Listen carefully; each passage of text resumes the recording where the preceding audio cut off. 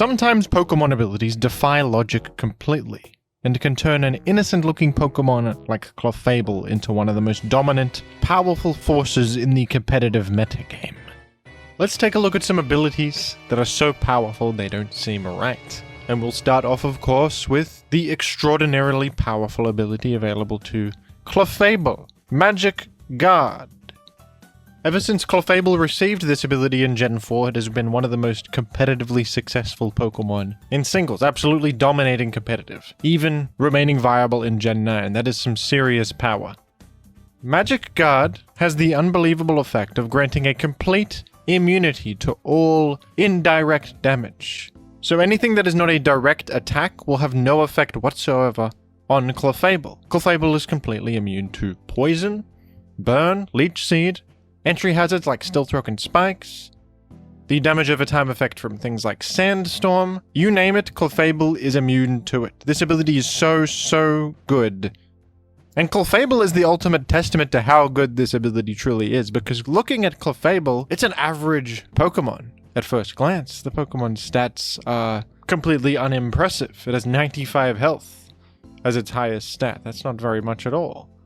Before it received Magic Guard, Clefable was a completely unremarkable normal type Pokemon. It didn't do anything. And now it is one of the most elite Pokemon that has ever lived. In Gen 4 OU, Clefable is top tier. It's seen on a huge amount of high-level competitive teams. In Gen 5, there's also been a reappraisal of it. It's rising and rising over time, even though initially in that metagame it wasn't as respected. And in Gen 6, of course, Clefable became a Fairy type, which I believe pushed it into the permanent competitive forefront, as Fairy is one of the best monotypings in the game. And honestly, I think we've all gotten so used to this that we have forgotten the inherent absurdity at play here. I mean, look at Clefable. It's a little pink, weakling-looking creature. This is not an elite-level animal, equaling if not surpassing the power level of such contemporaries as Garchomp and Dragonite, big dragon creatures. You'd think something is amiss here, but that's what Clefable wants you to think. This innocuous appearance on the surface is hiding a deep darkness, a sinister and secretive plan to supplant humanity that we're all just letting happen because we need something that is Fairy type with Stealth Rock on our team, and we're ignoring the deeper evil conspiracy going in here. But I cannot remain silent forever. This has gone on long enough. Why does Clefable get to be immune to everything? Why not Furret? Why can't Furret get Magic Guard? Clefable also stands tall amongst other Magic Guard receivers because Fairy typing is much better than their Psychic typing. Every other Magic Guard Pokemon is a Psychic type. Alakazam, Reuniclus, and Sigilyph are the other peers in the space. Alakazam and Reuniclus have had decent competitive success, but Psychic typing only gets worse and worse over time, while Fairy typing gets better and better. In a world that is dominated so heavily by hazards and indirect damage at every turn in all different forms, as far as abilities go, you cannot get much better than Magic Guard. You really cannot. You can make a strong case for this being the best ability in Pokemon. But do you think that Clefable is the only cute little marketable character that was pushed into the competitive forefront due to an absurd ability? You'd be very wrong if you think this. Azumarill is a cute little water rabbit. Looks like a bit of plush merchandise I could put on my shelf, and yet this is one of the most physically imposing beings in the Pokemon universe, achieving attack stats higher than genuine Legendario Pokemon. The damage output Azumarill is able to achieve is near unmatched, thanks to its ability Huge Power. Huge Power is an ability that doubles a Pokemon's attack stat, which is unbelievably strong. Even though Azumarill's base attack is only 50, with extra stats from EVs, which then get doubled by Huge Power, Azumarill achieves an attack stat of over 400, significantly higher than Pokemon like Dragonite, Garchomp, Machamp, you know, Pokemon that look like they could squash Azumarill like a little bug. They could punch him right in the head. But no, Azumarill is the stronger one. Azumarill is far stronger. Now, I'm well aware of the reasoning behind this ability choice for Azumarill, because the commenters will never shut up about it. The commenters love this little bit of trivia. They love it. In Japanese, apparently, the name for the ability Huge Power is a bit of wordplay, because the Japanese word for rabbit sounds similar to the Japanese word for unspeakable strength or something like that. So it's a joke. It's a joke. Now, everybody knows that Pokemon is a franchise that follows complete logical consistency. There's nothing logically inconsistent in these games. Many people told me this about my Perugly video. Perugly being faster than Latios is very smart, actually. They thought about that a lot.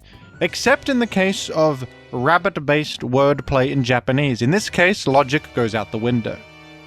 When we are making a rabbit-themed joke, that is when Azumarill becomes the most powerful being of all time. It's the one time that they forsake their incredible world building where everything fits together like a key into a lock, okay? Game Freak is known for dotting their I's and crossing their T's and never doing anything that makes no sense, okay? So we'll allow them this one time where a little rabbit is more powerful than Garchomp, okay? And maybe there is some truth to it. Are rabbits in Japan more powerful than other rabbits worldwide? I don't know. I've never looked into it. It could be true. And Azumarill is not the only rabbit-themed Pokemon benefiting from this hilarious wordplay. Diggersby as well is a rabbit Pokemon that has some enormous physical damage output up its sleeve. Now, a lot of scientists have asked the question, well, if rabbits are supposedly get double attacking power, what about Raboot? Why didn't Raboot get this ability? What about Bunnieri? Why isn't Bunnieri blessed with the rabbit joke ability? Why just Azumarill? We may never know the truth of this matter in our lifetimes, but hopefully the next generation will finally receive answers to this ongoing mystery. As a result of its access to huge power, Azumarill is an excellent competitive Pokemon in multiple generations. Known for its belly drum sweeper sets and powerful choice band sets with such options as Aqua Jet, and even coverage in the form of knockoff and superpower. The rabbit community globally views Azumarill as a beacon and an icon of their species. And Azumarill has done great work to rebuild the image of rabbit in greater society. Another absurdly powerful Pokemon ability that defies logic, Regenerator. Regenerator is an ability with implications you wouldn't believe. This is one of the most powerful defensive abilities in the game, and it has the effect of healing your Pokemon for 1/3 of their max HP every single time they switch out. This is the best and safest way to heal in the game, as switching out puts you completely out of harm's way. You don't even have to sit there and click recover and potentially take a lethal incoming hit to do so. No, you can switch out of the field and heal without being in any danger whatsoever. This form of healing also doesn't require you to put a healing move on your Pokemon. It is completely passive. For this reason, Regenerator Pokemon tend to be excellent. The doofus-looking Pokemon Slowbro has a pretty strong history as a powerful defensive piece thanks to its ability Regenerator. It's a great Pokemon in Gen 5, 6, and Gen 8 OU. The infamous Toxapex, of course, is probably the most infamous abuser of Regenerator ever, as Regenerator exacerbates its incredible defensive traits that it already has, like high stats, and an excellent utility move pool. Recently, Alomomola has been on the rise in Gen 9, and is one of the staples of the format, with its access to Regenerator, and its great bulk and options like Flip Turn and Scald. If you've ever heard of that 1 billion lions versus one of every Pokemon debate, the question is, of course, who would win? One of every Pokemon or 1 billion lions? That's a lot of lions. However, if the lions have to operate by Pokemon rules, the lions would actually very easily lose to a trainer simply switching between 2 Pokemon repeatedly that have Regenerator. If a real-life lion existed within Pokemon mechanics, I think it would be a normal type, because it's a normal animal. Something like Persian is probably a solid analog to what a real-life lion would look like. And I think a lion would have access to moves such as Slash, perhaps Crunch, perhaps Bite. These are things lions are known to do. I don't think lions are smart enough to know about switching out. I think they would just attack repeatedly. And this is why I think that 2 Pokemon with Regenerator simply switching repeatedly would defeat the lions, even if there's 1 billion of them, because with enough physical defense, Slowbro and Toxapex can pretty easily stomach the move Slash. Maybe you go Alomomola over Slowbro just because it's neutral to Dark, so it wouldn't be affected by Crunch. You just switch between them repeatedly, and I think that the lions would eventually run out of PP. It might take years to defeat all 1 billion of them, but it would eventually happen. This is the power of Regenerator. It is a free heal that is completely safe, that doesn't expend PP either. To get such value out of a switch out is a powerful concept beyond comprehension. To the point where billions of lions could not even break through this unbelievable nectar from the gods bestowed upon Slowbro when it goes into a pocket ball. You know what else is really powerful in the Pokemon universe? Bouncing things magically. Magically bouncing is very powerful. Magic Bounce is another one of the best abilities in the game. An ability comparable to Magic Guard in how much fantastic immunity it offers you. Magic Bounce makes you completely immune to most status moves in the game, and not only does it do that, it bounces them back to the enemy. So if they click Toxic against you, it bounces back and they get Toxic instead. Not only is the immunity to the status move incredible, but giving the enemy a taste of their own medicine and statusing them without even needing to do anything is just absolutely outstanding. The best part of this ability though is that it also bounces back hazards. And it's unique in that it is an ability that is able to prevent hazards from being set. If the enemy tries to set Stealth Rock or Spikes, and a Magic Bounce Pokemon switches in or is on the field already, the hazards will not be set and they will instead bounce back to you. You've just wasted a turn putting Stealth Rock on your own field, bozo. It's one of the worst Pokemon turns that can happen. Clicking Stealth Rock and having rocks appear not on their side but yours. How dreadful. The ability to bounce back the little pointy stones with a magical trampoline is so powerful that it was enough to make Xatu a genuinely competitively viable Pokemon in Gen 5 OU. Xatu truly doesn't look like much. It only has 65 health, its stats are terrible, but it has Magic Bounce. And Magic Bounce is enough to elevate Xatu from weird bird, nothing creature to genuine respectable competitive Pokemon. Xatu is used more commonly in Gen 5 OU than the other Magic Bounce Pokemon available, Espeon, because its flying typing is better defensively, offering nice resistances and an immunity to ground.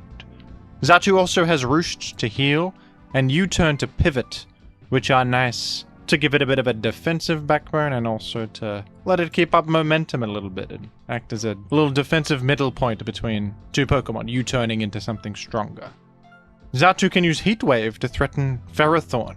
It's actually a pretty strong option. Nightshade is also used just for blanket damage. Xatu is actually kind of a staple of Sun teams in Gen 5 OU recently, even though Sun is not a popular archetype compared to the more popular Sand and Rain weather teams.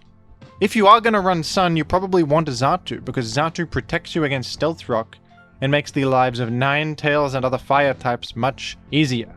So Xatu fits very well on Sun team. I don't know about you folks, but I've always enjoyed Xatu as a Pokemon. It's got a look in its eyes that gives off a serious menacing aura. It is looking at me as if I am a pathetic worm, and that I'm not worthy of its presence. And it feels that way sometimes when you're up against the Xatu matchup and you can't make any hazards or click any status moves or do anything. This look of complete superiority and egocentric energy is preventing me from making Stealth Rock to threaten Ninetales. And I feel powerless. I feel powerless. The most successful Magic Bounce Pokemon in recent memory is Hatterene, who would also probably be pretty worthless without the ability Magic Bounce. It is a cut above Xatu though in modern times, with its access to nice utility like Nuzzle and Healing Wish, as well as its Fairy Psychic typing. Fairy typing being the important part. Fairy's a damn good defensive type. Hatterene is also common on modern Sun teams that want to shield fire types from the dreaded pointy stones. And Hatterene can be used also as a Calm Mind sweeper. It's nice to be a sweeper that can't be statused or roared out. Magic Bounce will prevent roar as well. Another ability with game-breaking ramifications that turns innocuous-looking Pokemon into monsters, Speed Boost. Speed Boost has done a lot of harm to competitive in many different ways. Speed Boost is an ability that grants the Pokemon a +1 to their speed stat at the end of each turn. This is probably the best and safest way to just receive a stat boost in the game. Passively receiving one at the end of a turn. You don't need to commit to a boosting move. You don't need to put a boosting move on your move set. And you can even use Protect or Substitute to completely safely gain a speed boost without putting yourself in harm's way whatsoever. This ability has incredible potential. There's been many instances where a Pokemon receiving speed boost is an incredible buff. The first Pokemon with Speed Boost ever released was Ninjask in Gen 3, and even Ninjask is extraordinarily controversial.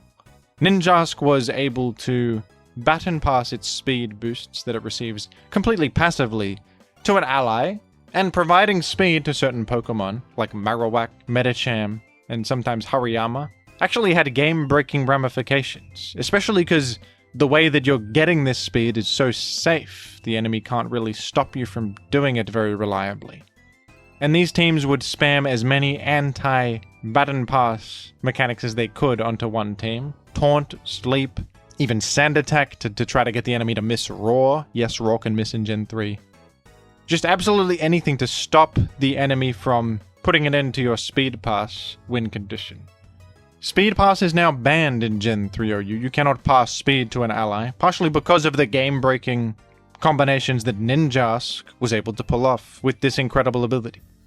Who knew that a little bug could cause so much pain and suffering? It doesn't look like it's the crux of such an evil strategy, but it was, believe me. In later generations, Scolipede could do something similar when it got Speed Boost, and it could abuse the combination of Speed Boost and Baton Pass. Baton Pass is banned in most generations outright, partially because of Ninjask and Scolipede's Speed Boost shenanigans as well. But even if you're not passing the Speed Boosts to an ally, there are multiple examples of Speed Boost being incredible. The most famous is Blaziken in Gen 5, who upon receiving Speed Boost was buffed from an average mixed attacker to maybe the most powerful boost sweeper in the whole game, able to Swords Dance while receiving speed at the same time, protect to outrun the whole metagame, and then just wreak havoc. Blaziken is literally better than most legendaries in Gen 5 Ubers because of Speed Boost. In recent memory, there was also Espathra, a Gen 9 Pokemon, who has Speed Boost, and it has Speed Boost along with Calm Mind and the move Stored Power.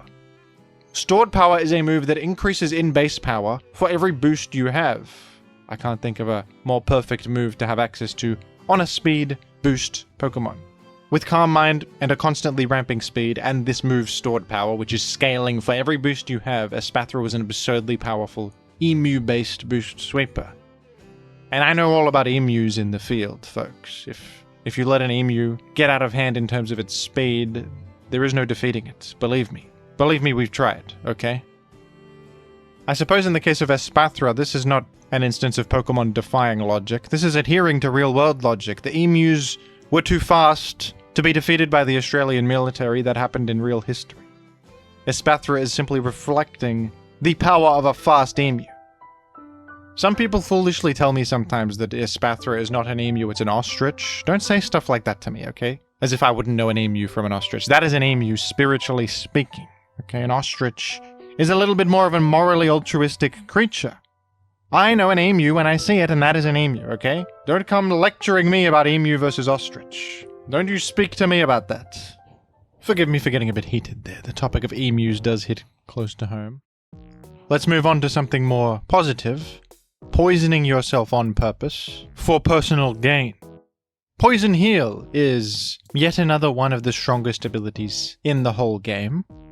It doesn't feel like it should be thematically, but in practice, what this ability offers you is unbelievable in terms of sheer value. Poison Heal will make it so that if your Pokemon is poisoned, instead of losing HP, they will gain HP. To be precise, you will gain 1/8 of your max HP every turn, which is twice as much as Leftovers heals, and that's already, right there, a really good deal. You are getting double the amount of healing from Poison Heal than you would from Leftovers, and Leftovers is already a very good form of passive healing. All you have to do is equip a Toxic Orb to self-poison your Pokemon. With a Toxic Orb equipped, at the end of the turn, they will poison themselves, so you just gotta click Protect to activate the Toxic Orb safely, without it getting knocked off, or just sit there for a turn, allow the Toxic Orb to poison you, and then you've got this incredible effect. But what's even better about this, than just that incredible chip heal effect, is also that it effectively grants status immunity. If you're poisoned already, being inflicted with another status ailment is impossible, because you can't overwrite a status ailment that's already there. You're poisoned, and usually being poisoned is bad, but in this case, it's an active advantage to be poisoned. So you're basically immune to being paralyzed or burned or slept or anything. Poison Heal grants complete immunity to all of that, which is outstanding. But there's more. There's more value to be had from this. You're getting effective status immunity and double the amount of regular chip heal. You're also kind of secure against the move Knockoff. You see, Knockoff can be used to remove the item leftovers and get rid of a Pokemon's chip healing for the rest of the game. But if a Pokemon with Poison Heal gets their item knocked off, it doesn't actually remove their healing, it just removes the Toxic Orb that poisoned them before, but as long as they're still poisoned, they're not going to lose the value of the healing. The item is useless, actually, after a certain point. So, having Poison Heal means an incredible amount of chip heal, effective status immunity, and kind of an insurance against knockoff as well. That is just an outstanding, a massive value for a single ability, and it is part of the reason that Gliscor here is one of the most consistent competitive Pokemon in singles history. And this was a good Pokemon back in Gen 4 too, even before it got Poison Heal. Once it got Poison Heal in Gen 5, it skyrocketed much further in its competitive viability. You really can't nail down this thing very easily. It is passively heals so much. It can't be statused. Knockoff is useless. All of these mechanics that usually are really powerful against defensive Pokemon are completely sidestepped by Gliscor. Certainly helps that its typing is good. It's actually got a good defense stat to take advantage of this great ability. There is another Pokemon that gets Poison Heal too, Breloom. And even though Breloom is primarily an offensive Pokemon, Poison Heal gave it a lot more defensive value than you would think. The chip heal and status immunity is very appreciated, especially in Gen 5, where one of the most popular strategies is clicking Scald in the rain and trying to burn things. Breloom is a rare physical attacker that not only resists water, but is immune to being burned because it's already poisoned from the Toxic Orb. This makes it really strong in the rain matchups of Gen 5, and Breloom is even popular in Gen 5 with Sleep Band. You'd think Breloom would be completely inviable without its crucial Spore option, but no, Poison Heal is so good that is enough to make it viable in Gen 5. It also sometimes uses Technician, but both are viable abilities. When you turn something that's supposed to be a detriment into an advantage instead, it kind of breaks the game and lets you get away with so much that other Pokemon cannot get away with. And in some cases it makes Gliscor feel just indestructible. Like, defeating a Gliscor feels like a Herculean task sometimes, truly. Do you know what else is a really powerful concept in life? The concept of salt, the seasoning. Salt is used in cooking to add flavor to dishes. It's also used, apparently, to defend against ghosts and defend against status ailments, because the Pokemon Garganacl utilizes its salt-infused body to grant itself status immunity and ghost resistance. Garganacl is a salt pyramid creature with Donkey Kong's head trapped inside of the middle of the pyramid, very controversially. But there's no denying its sheer power. This is one of the most powerful new defensive abilities we have seen in recent memory. And you might be thinking, what's so good about this ability compared to Magic Bounce, which bounces back the status? Well, the thing is that Magic Bounce Pokemon can still be statused by the secondary effects of attacks. If you hit Xatu with a Scald, it can be burned by Scald. And all attacks with secondary effects that apply status ailments can still take effect. Purifying Salt, on the other hand, not only prevents you from being statused directly with a move like Thunder Wave, Will-O-Wisp, Toxic, etc., you also can't be affected by secondary effects or toxic spikes or anything that inflicts status. You're completely immune. And on top of that, you have a crucial resistance to Ghost, which is one of the best and most popular offensive types in the game. A Ghost resistance on top of status immunity is really massive, to be honest. There is some logic to the Ghost resistance part. I do believe Salt is used traditionally to defend against ghosts in some contexts. That's a pretty fun and flavorful effect to put on a Salt-themed Pokemon, in fact, I would say. Status immunity, though, you could say is a bit of a stretch. Does Salt provide immunity to being burned by fire and being paralyzed? I don't know. Maybe it does. Maybe we don't know the hidden depths of Salt. As a seasoning, I know that it makes potato chips taste better. That's certainly powerful in my day-to-day life enjoyment tier list. Salt is also a colloquial term to refer to discontent. Someone is salty, they are displeased with a situation. Does Garganical look displeased? Maybe. Much to think about. And finally, you knew I was going to talk about it, the most powerful new ability in Gen 9, Goldengo's ability, Good as Gold. There's a common theme here, isn't there, of status immunity being powerful. Good as Gold means that Goldengo is completely immune to status moves. Status moves do not just encompass these moves that inflict status ailments, like Toxic, Thunderwave, Will-O-Wisp, etc. A status move is pretty much just any non-attacking move. Growl is a status move. Trick is a status move. And Defog is a status move. Goldengo is a rare Pokemon immune to being tricked. You cannot give it an item it doesn't want. And it is able to prevent Defog from taking effect, which is the most metagame impactful thing about Goldengo. It is incredible at preventing hazards from being removed, and it is a new central metagame piece for that reason. It's probably the most metagame impactful Pokemon in Gen 9 as a result of this ability. Do we think this ability adheres to logic?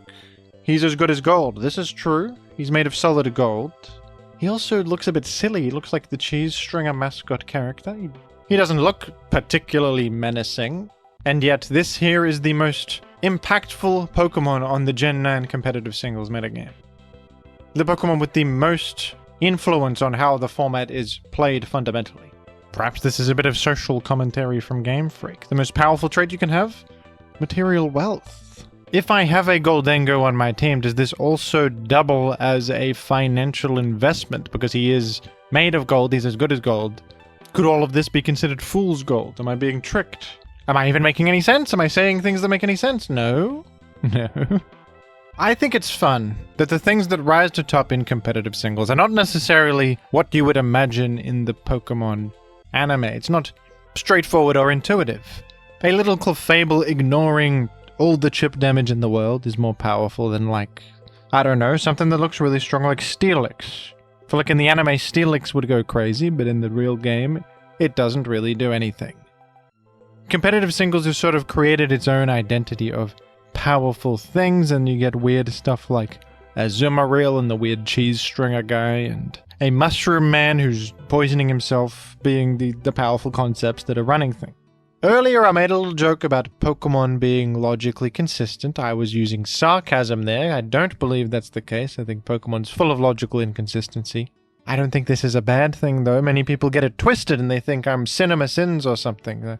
Perugly faster than Latios? That doesn't make sense. No, that's funny. That's cool. I like that. And I can point it out and laugh at it, but it's not a big deal. It's not a big deal. I think that, in fact, this gives the game's character. It's a bit of goofiness. And it annoys me more when people pretend that Pokemon is logically consistent, because that kind of kills the fun. You're trying to twist a reason for Iron Bundle having the stats of a god. No, just laugh about it. Let's all laugh about it together. Robot Delibird is Ubers. It's a funny sentence. Can we admit that's a funny sentence? All you in my comments who said that speed is not based on, speed is based on reaction time in combat, except in the case of Latios, who is a plane, and is fast because it's a plane in the sky. Does he have a reaction time? Not as much as Perugly, but more so than Miltank, who has more cow reaction time than that of Rayquaza the dragon. No, it's all arbitrary. They choose a speed stat for balance reasons in the game, primarily. It's not... They don't bring out George R.R. Martin to make the world building consistent, for goodness sake. It would be a bit absurd to expect them to put all the Pokemon next to each other and have them line up in a comparison based on real-world logic. That's not how game design works. Each Pokemon is an individual snowflake designed with its stat values and abilities and traits and move pools. Not to adhere to real-world logic, damn it, but to be fun to play with. I don't know why some of you struggle to admit that Pokemon doesn't adhere to logic. It would be a worse game if it did. Man, it would be worse. Give me more Iron Bundles. Give me more Azumarills.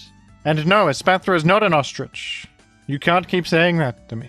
You can't keep saying that to me. Thank you for watching, folks. What's your favorite Pokemon I talked about here today? I think mine is Azumarill. What about you? Let me know down below in the comments, and thank you for watching.